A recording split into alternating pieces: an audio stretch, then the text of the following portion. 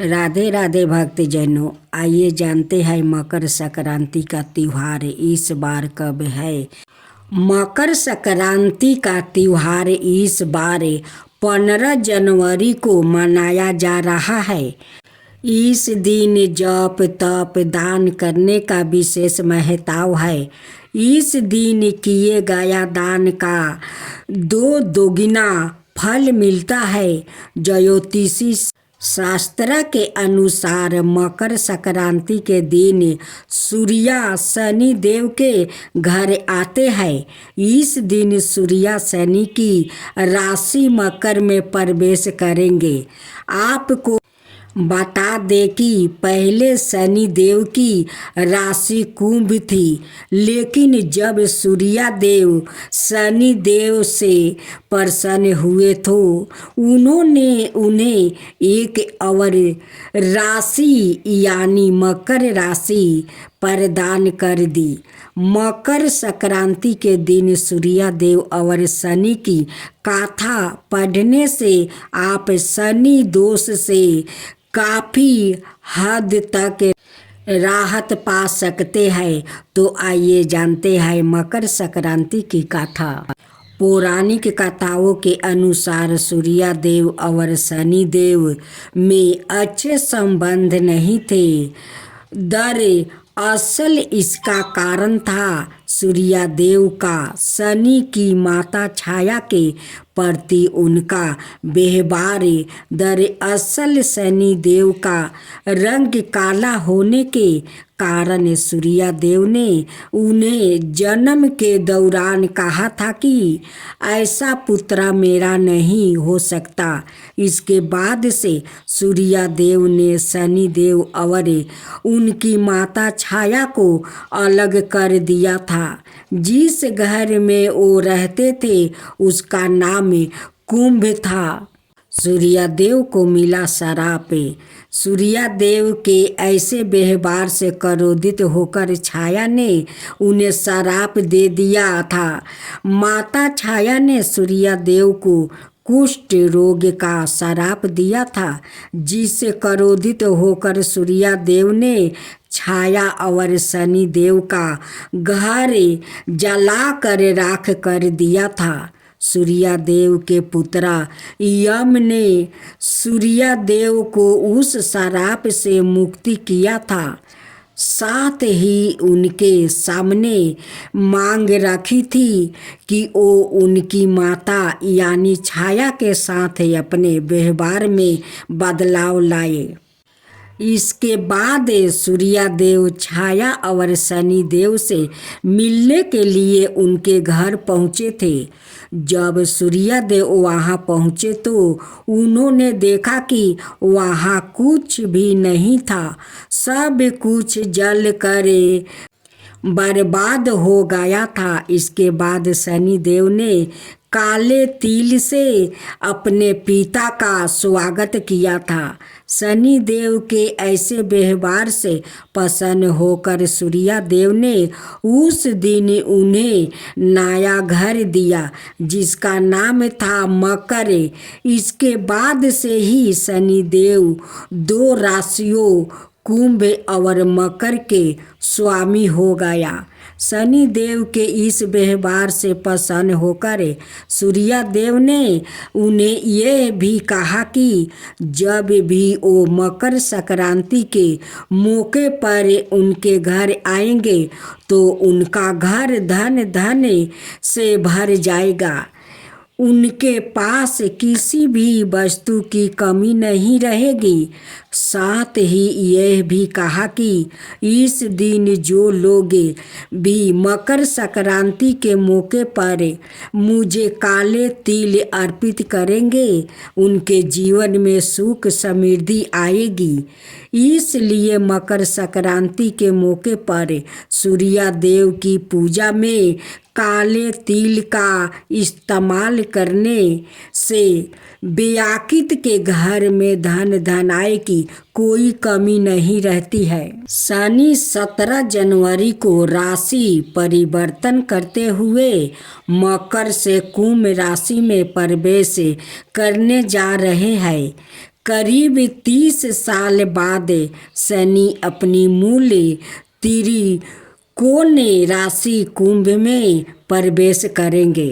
शनि के कुंभ राशि में गोचर से 5 राशियों पर शनि का प्रतिकूल प्रभाव शुरू हो जाएगा।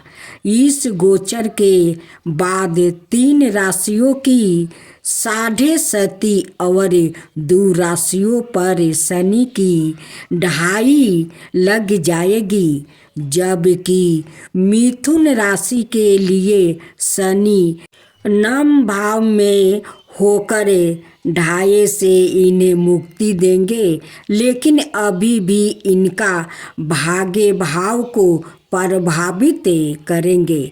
आइए जानते हैं शनि कुंभ राशि में आने पर इन राशियों पर कैसा प्रभाव रहेगा। साथ ही जानिए मकर संक्रांति पर इन राशियों को कौन से उपाय करने चाहिए जिससे शनि का यह गोचर उन्हें अधिक कष्ट ना दे पाए। शनि का कुंभ राशि में जाने से मकर राशि के लोग पर ढाया रहेगी।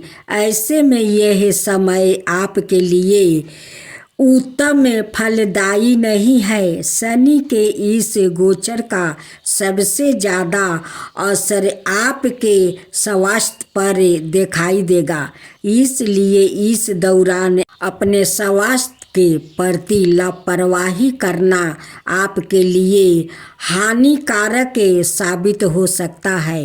इस दौरान आप पारिवारिक समस्याओं के कारण भी थोड़ा तनाव में रह सकते हैं। इस दौरान कार्य क्षेत्र में भी कुछ रुकावट का सामना करना पड़ सकता है। शनि आपकी राशि से अष्टम भाव में रहेंगे, इसलिए इस दौरान आपको आर्थिक मामलों में बेहद सतर्क रहने की ज़रूरत है। इस दौरान धन विशेष बहुत ही सोच समझ कर करें। इस दौरान आप अतिरिक्त संकट का सामना करना पड़ सकता है। अपने बजट का ध्यान रखते हुए खर्च करें, वरना आपको उधार भी लेना पड़ सकता है। राधे राधे भक्तजनों, आज आप सुनेंगे मकर संक्रांति की व्रत कथा। मकर संक्रांति का पर्व देश भर में धूमधाम के साथ मनाया जाता है। इस दिन खिचड़ी, पोंगल और बिहू भी बनाई जाती है। धार्मिक मान्यता है कि मकर संक्रांति के दिन गंगा स्नान और तिल जली करने से व्याकृत के समस्त पाप कट जाता है। वही पितरों का दर्पण करने से उन्हें मोक्ष की प्राप्ति होती है। कालांतर में राजा भागीरथ ने अपने पूर्वजों को मोक्ष दिलाने हेतु कठिन तपस्या की थी। उनकी तपस्या से प्रसन्न होकर माँ पार्वती धरती पर गंगा रूप में अवतरित हुई थी। इस वजह से राजा सागर के पुत्र को मोक्ष की प्राप्ति हुई थी। साथ ही अनेक पौराणिक कथाएं प्रचलित है। आइए जानते हैं।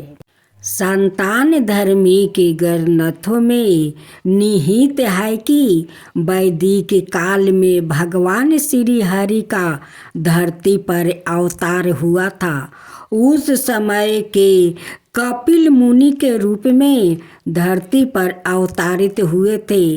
कालांतर में भगवान गंगा सागर के समीप आश्रम में बनाकर तपस्या करने लगे। उन्हों दिनों राजा सागर की प्रसिद्धि तीनों लोकों में थी। सभी राजा सागर के परोपकार और पुण्य कर्मों की महिमा करते थे। यह देख राजा इंद्र बेहद क्रोधित हो और चिंतित हो उठे। सागर के राजा इंद्र को लगा कि अगर राजा सागर को नहीं रोका गया तो वो आगे चलकर स्वर्ग के राजा बन जाएगा। यह सोच कर राजा इंद्र ने राजा सागर द्वारा आयोजित यज्ञ हेतु अश्वा को चुरा कर कपिल मुनि के आश्रम के समीप बांध दिया। जब राजा सागर को अश्वा के चोरी होने की सूचना मिली तो उन्होंने अपने सभी पुत्रा को अश्वा ढूंढने का आदेश दिया। जब कपिल मुनि के आश्रम के बाहर अश्वा बांधा देखा तो राजा सागर के पुत्र ने कपिल मुनि पर अश्वा चुराने का आरोप लगाया। यह सुन कपिल मुनि क्रोधित हो उठे और उन्होंने तत्काल राजा सागर के सभी पुत्रा को भस्म कर पाताल भेज दिया। जब राजा सागर को यह बात पता चला तो वो कपिल मुनि के चरणों में गिर पड़े और उनके पुत्रा को क्षमा करने की याचना की। हालांकि श्राप वापस नहीं लिया जाता है। अत कपिल मुनि ने उन्हें पुत्रा को मोक्ष हेतु गंगा को धरती पर लाने की सलाह दी। तब राजा भगीरथ ने माता पार्वती की कठिन तपस्या की। इससे प्रसन्न होकर माता पार्वती गंगा रूप धारण कर धरती पर मकर संक्रांति के दिन अवतरित हुई।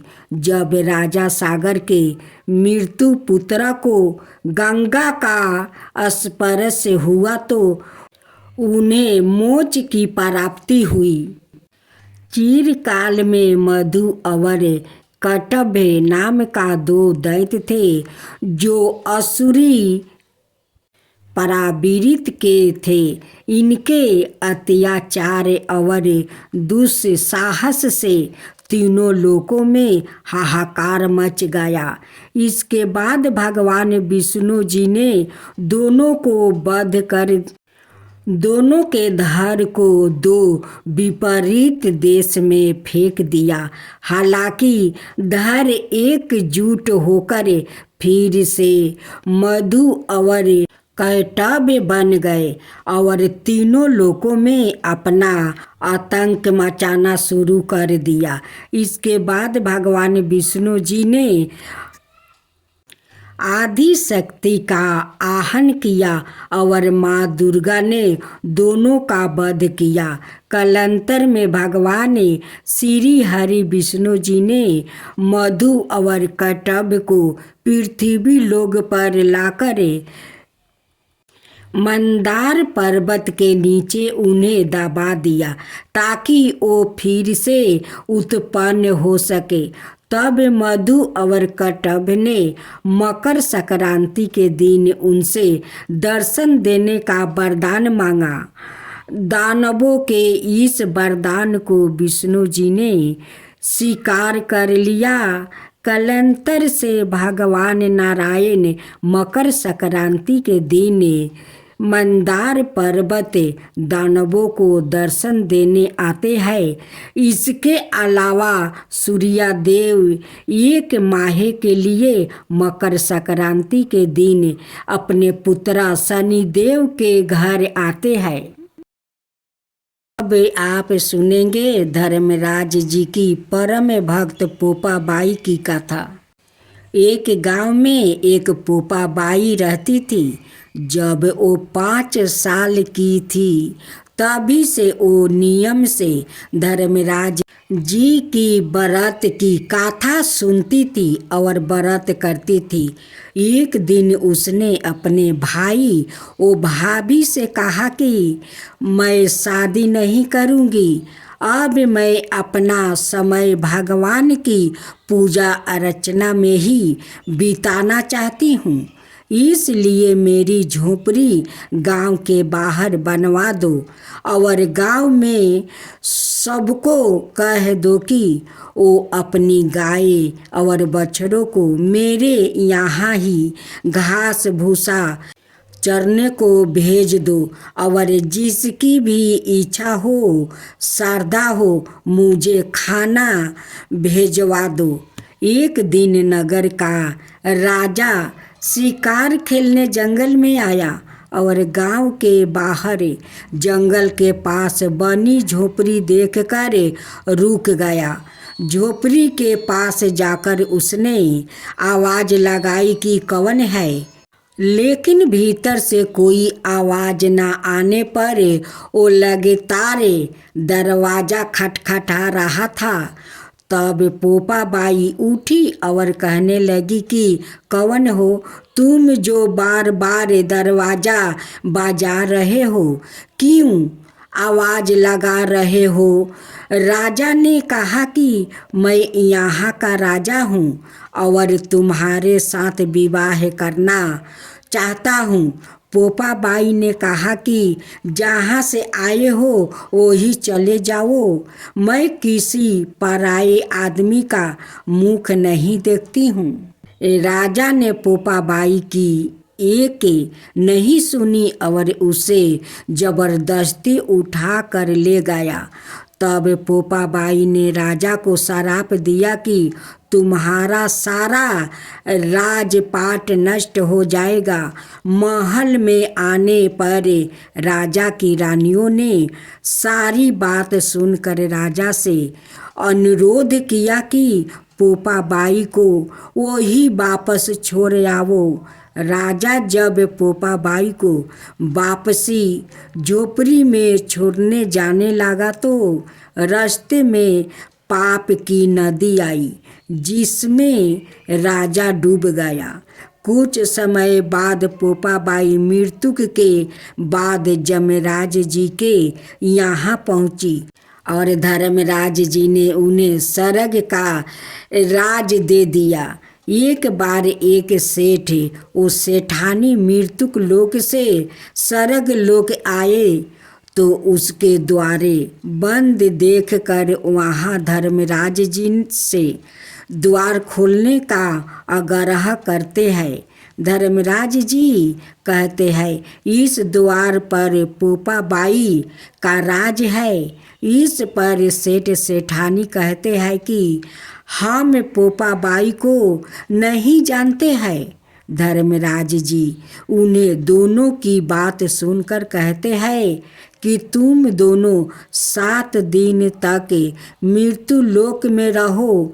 8 खोपरा से राई भर कर 5 खोपरे ऊपर राख कर कहानी सुनकर उद्यापन करना और कहना कि राज है पोपा बाई, लेखा लेगी राई राई का। सारे बोलो पोपा बाई की जय। अब सुने धरती माता की कहानी। धरती माता एक ब्राह्मणी थी। वो बहुत धार्मिक महिला थी। सभी ग्रामवासी उसका बहुत सम्मान करते थे। कोई भी उसकी शरण में आता वो सबकी मदद किया करती थी। मन ही मन भगवान का स्मरण किया करती थी। भगवान की सेवा पूजा और ज़रूरतमंदों की सेवा ही उसका परम धर्म था। एक दिन ब्राह्मणी मकर भगवान के घर गई। वहाँ जाकर बोली, मुझे वैकुंठ का रास्ता बता दो। स्वर्ग से एक दूत आया और बोला, ब्राह्मणी आपको क्या चाहिए? वो बोली, मुझे वैकुंठ का रास्ता बता दो। आगे आगे दूत और पीछे ब्राह्मणी मंदिर तक गई। ब्राह्मणी बहुत धार्मिक महिलाएं थी। उसने बहुत दान पुण्य कर रखा था।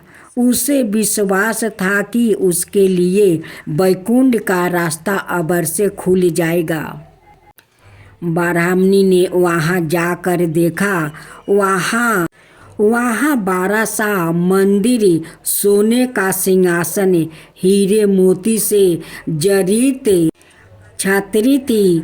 चित्रगुप्त जी अनाये सभा में बैठे साक्षात इंद्र के समान शोभा पा रहे थे और अनाये नीति से अपना राज्य संभाल रहे थे। यमराज जी सबको कर्मों अनुसार दंड दे रहे थे। ब्राह्मणी ने जाकर प्रणाम किया और बोली, मुझे वैकुंठ जाना है।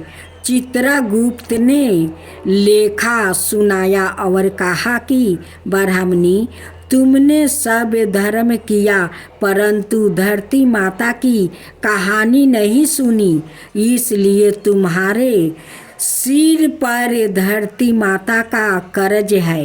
वैकुंठ में कैसे जाओगी? ब्राह्मणी बोली, धरती माता की कहानी के क्या नियम है? चित्रगुप्त जी ने बोले, कोई 1 साल का 6 महीने, कोई 7 दिन ही सुने, पर धरती माता की कहानी अवश्य सुने, फिर उसका उद्यापन कर दे। धरती माता की कहानी सुने जाने से अनजाने किए गए पापों कर्मों को धरती माता हर लेती है। स्वर्गलोक में धर्म को ही स्थान प्राप्ति है, यहाँ पाप के लिए कोई जगह नहीं है। धरती माता की कहानी पीपल के पेड़ के नीचे बैठ कर सुननी चाहिए। यह बात सुनकर ब्राह्मणी ने प्रार्थना की कि मुझे 7 दिन वापस पृथ्वी लोक पर जाने दो, मैं कहानी सुनकर वापस आ जाऊंगी। चित्रगुप्त जी ने उसका लेखा जोखा देखकर 7 दिन के लिए पृथ्वी पर भेज दिया। ब्राह्मणी जीवित हो गई। ब्राह्मणी ने अपने परिवार वालों से कहा कि मैं 7 दिन के लिए धरती माता की कहानी सुनने के लिए वापस आई हूँ। इस कथा को सुनाने से 12 पुण्य मिलता है। उसने पीपल के पेड़ के नीचे बैठकर परिवार के साथ 7 दिन तक धरती माता की कथा सुनी। 7 दिन पूरे होने पर वापस यमराज जी का बुलावा आया और ब्राह्मणी को वैकुंठ में श्री हरि के चरणों में स्थान प्राप्ति हुआ। जो कोई भी प्राणी धरती माता की कहानी सुनता है, मृत्यु के समय सभी पाप कर्म धरती माता हर लेती है। वो प्राणी को वैकुंठ में स्थान प्राप्ति होता है। धरती माता की जय हो। धरती माता की सदा ही जय हो। अब सुने यमराज और एक बुढ़िया माई की कहानी। एक बुढ़िया माई थी, वो व्रत नियम बहुत रखती थी। एक दिन भगवान के घर से यमदूत लेने आए। बुढ़िया माई यमदूत के साथ चल गई। आगे गहरी नदी बह रही थी। बुढ़िया माई डूबने लगी। तब यमदूत ने पूछा, माई, गाय दान की है? बुढ़िया माई ने मन में गाय माता का ध्यान किया तो गाय माता उपस्थित हो गई। गाय की पोंछ पकड़ कर बुढ़िया माई ने नदी पार कर लिया। आगे गई तो काले कुत्ते खाने दौड़े। तब यमदूत ने पूछा, कुत्ते को रोटी दी है क्या? बुढ़िया माई ने मन में कुत्ते का ध्यान किया तो कुत्ते चले गए। आगे चली तो काले कौआ बुढ़िया माई को चोंच मारने लगा। तब यमदूत ने कहा, ब्राह्मणी की बेटी को सिर में तेल लगाने को दिया है या नहीं? बुढ़िया माई ने ब्राह्मण की बेटी को याद किया तो कौआ ने चोंच मारना छोड़ दिया। आगे गई तो पैरों में कांटा चुभने लगे। यमदूत ने कहा, चप्पल दान किया है। बुढ़िया माई ने याद किया तो चप्पल पैरों में आ गई। आगे चली तो चित्रगुप्त जी ने यमदूतों से पूछा, आप किसको ले आए हो? यमदूत ने कहा कि बुढ़िया माई ने बहुत दान पुण्य किया है, लेकिन धर्मराज जी का कुछ नहीं किया है, इसलिए आगे के द्वार बंद है। तब बुढ़िया माई ने मिनती की कि मुझे 7 दिनों के लिए धरती पर जाने दो। मैं इन 7 दिनों में धर्मराज जी की कहानी सुनकर उद्यापन कर आपस आ जाऊंगी। धर्मराज जी ने उसके प्राण लौटा दिया। धरती पर बुढ़िया माई के शरीर में जान वापस आ गई। सभी लोग बुढ़िया माई को जीवित देखकर भूतनी भूतनी चिल्लाकर भागने लगे। भाग खोर हुए बुढ़िया माई अपने घर आई। बेटे बहू से कहा, मैं भूतनी नहीं हूँ, मैं तो धर्मराज के कहे अनुसार वापस आई हूँ। मैं प्रत्येक दिन धर्मराज की कहानी सुनकर उसका उद्यापन करके वापस परलोक चली जाऊंगी।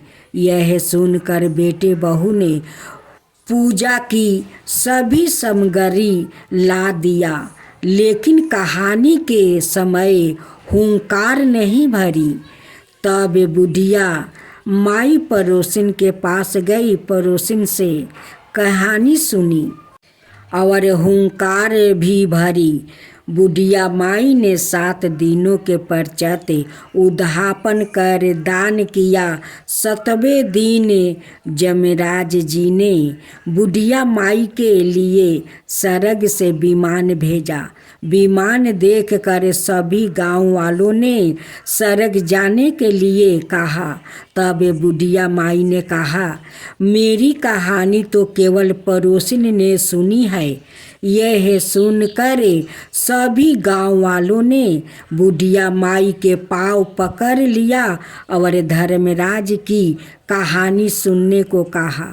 बुढ़िया माई से कहानी सुनने के बाद सभी गांववासी विमान में बैठकर स्वर्ग पहुंच गया।